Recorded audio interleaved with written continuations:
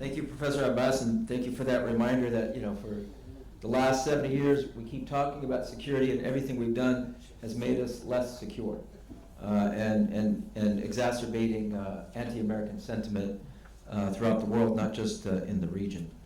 So we need to review what security measures are and get rid of geopolitical biases that actually compromise our security as citizens of the United States. Next, we have a person that I have a tough time keeping up with. She is in every sector of work, whether it's providing scholarships for rising stars in public policy and media, teaching, moderating panels. She moderated the panel before, now she's a speaker, just to prove the point. She is an associate professor of political science at Long Island University, and her topic is U.S. foreign policy and authoritarianism, implications for democracy in the Muslim world. Please welcome Professor Dalia Fahmy. Thank you so much. It's tough to follow these two speakers. I actually want to problematize the title of the panel, the U.S. international responses to democratic backsliding in the Muslim world, because it assumes that there's a causal arrow here, that there is a democratic backsliding that begins in the Muslim world. And I actually want to problematize that and talk about the global resurgence of authoritarianism and the democratic backsliding everywhere, and ask ourselves, why do we see it as, for example, a fundamentally Middle Eastern issue and not something a bit more global? Yes, I'm going to pay particular attention to the Middle East today, where a region where authoritarian governance is deeply entrenched and is continuously evolving. And I want to talk about the manifestations of this evolution, but authoritarianism is on the rise. According to Freedom House, 2024 marked the 18th consecutive year of global democratic decline. The regression is not uniform. Yes, it has different dynamics in different regions of the world, but the global trend is undeniable. And I think in building on the last two speakers, looking at 20 years of war in Afghanistan, where did that lead us? The Taliban are back.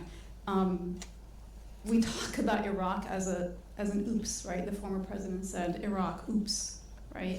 Without the global implications of what U.S. foreign policy has done, and Gaza being a fulcrum of how we will forever think about international human rights, international law, and how we talk about liberalism and democracy. Perhaps it's redefining how we should see ourselves. So how do we understand authoritarianism? Authoritarian regimes are characterized by the concentration of power in the hands of a narrow elite, often with limited political pluralism, constraints of liberties, and a weak rule of law, something that we're being tested with here in the United States, where the last bastion is this rule of law. It's the only thing that we have left, basically. These regimes might be military juntas, absolute monarchies, or presidential autocracies, but they are not static. Today's authoritarian leaders do have this facade of democracy, elections, parliaments, constitutions, while hollowing out institutions from within. What we're seeing globally is a form of authoritarian resilience, where regimes are learning from one another, adapting, or even cooperating on how to resist democratization. So what's fueling this rise? This idea of a disillusionment with democracy. Although earlier today I did talk about how there's 78% of those of civilians in the Middle East that were polled say they do support democracy, good governance, transparency, and elections.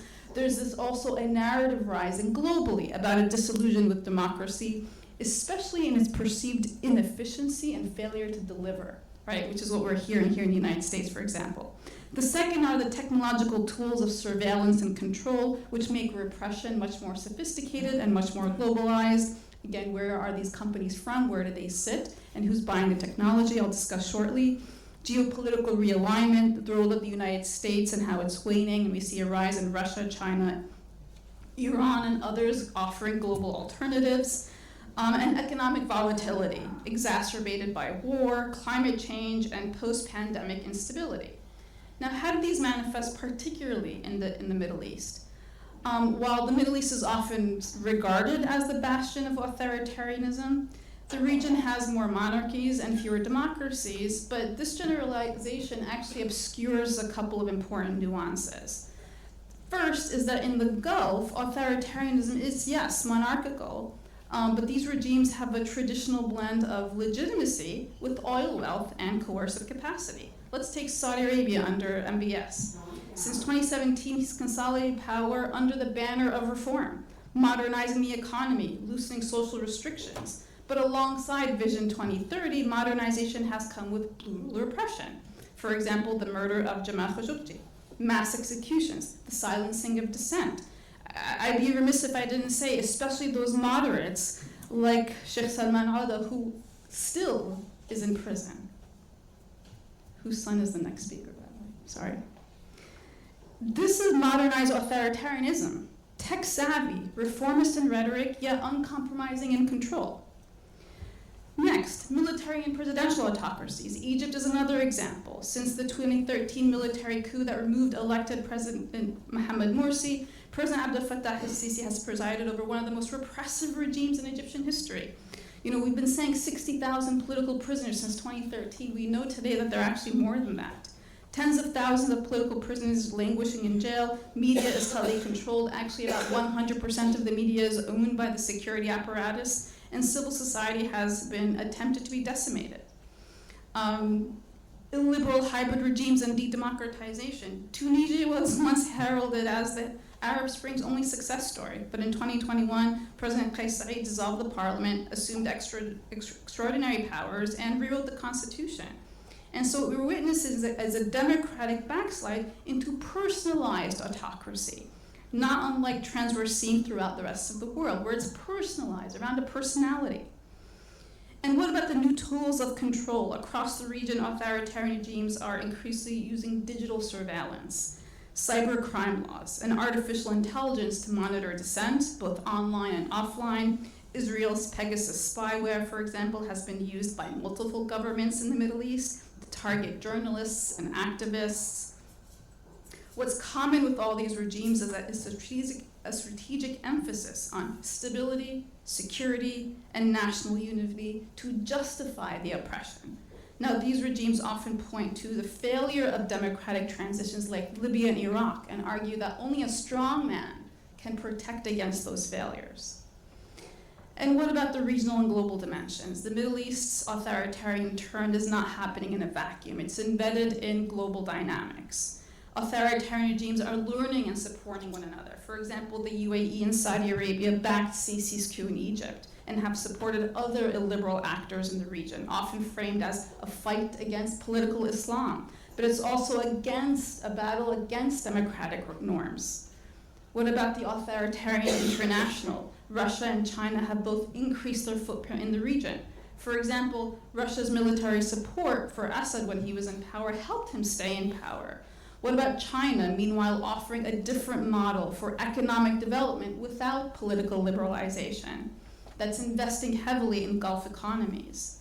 And as multipolarity weakens the leverage of Western democracies, it emboldens local authoritarians, seeing that they have alternatives. And finally, what about the role of the United States and how it's contributed to its authoritarian persistence throughout the region through selective engagement? While Washington historically has supposedly promoted democracy rhetorically, it supports autocratic regimes for so-called strategic interests. I remember when President Obama gave his final address to the UN General Assembly, he said that the US, when this was again post-Arab Spring, the US would put the full power of the military behind counterterrorism operations, the security of the State of Israel, Sinai and flyover rights, and access to the Suez Canal. But when it comes to things like democratization and human rights, these are things that will enter into discussion.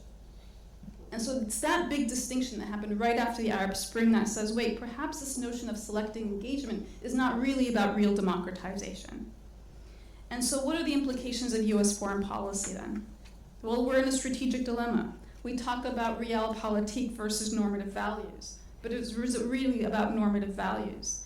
What about the declining leverage of the US in the region and the rise of China and Russia? Authoritarian regimes have alternatives. And what about weaponized stability? Stability is also often seen as fragile and repressive. For years, I think my first CSID conference was in 2005, when I was a grad student. And since back then, I think every time I spoke, I say the same thing, that we have in the United States seen democracy and authoritarianism as two sides of the same coin. We would rather the so-called stability of authoritarian repression rather than the uncertainty of democracy. But what we do know since the Arab Spring is that the uncertainty of democracy is actually how you get to long-term stability, rather than repression that actually leads to increasing instability. And yet we refuse to update our repertoire when it comes to that. What about credibility and soft power? What about the challenge of democratic solidarity?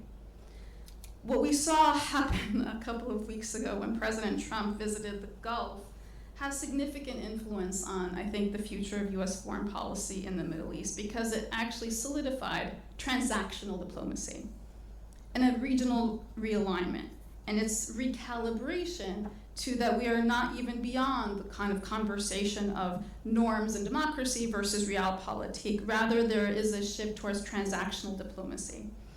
In this recent visit, President Trump emphasized economic partnerships, not necessarily security partnerships. He talked about arms deals, energy investment, infrastructure projects that are not just to benefit, I think, the United States, but more so himself and his family. The approach underscores a strategic move away from US advocacy for democratic reform, moving towards this pragmatic insistence on mutual economic gain. What about re-engagement with Iran and other Gulf states and how they caution this move? What about the controversial Gaza proposal and the regional response? What about the US Houthi ceasefire and Israel? What about ethical concerns over business dealings and what they blur in terms of lines between personal and national interest? Do we even talk about national interest in the way we did historically about long-term interest? And so President Trump's recent trip signifies a strategic pivot in US Middle East policy characterized by a focus on those transactional relationships. While some see this as pragmatic, it's a departure from traditional advocacy for democratic reforms. We actually didn't hear the word democracy used. We didn't hear the term international human rights. And so to conclude, authoritarianism is resurging globally, but especially so in the Middle East, where regimes have adapted to new realities, employing technology, manipulating elections, and coordinating with like-minded allies. For US foreign policy, this represents an interesting challenge. How do you balance this new understanding of pragmatic transactional interest with how we understand democratic values and how we used to historically talk about democratic values and democracy being the gateway to long-term stability? Is democratic peace theory dead? Well, there's no easy answer. But what's clear is that ignoring authoritarianism in the name of stability is not sustainable. And perhaps we need to look at the future talking about reality as it is, not between democracy and authoritarianism, but between flexible resilience and brutal control, between inclusive governance and elite domination, and what does it mean to actually have civil society engagement and principled leadership. In the Middle East, in this regard, will remain a key battleground in the struggle of how we define long-term stability for the United States. Thank you.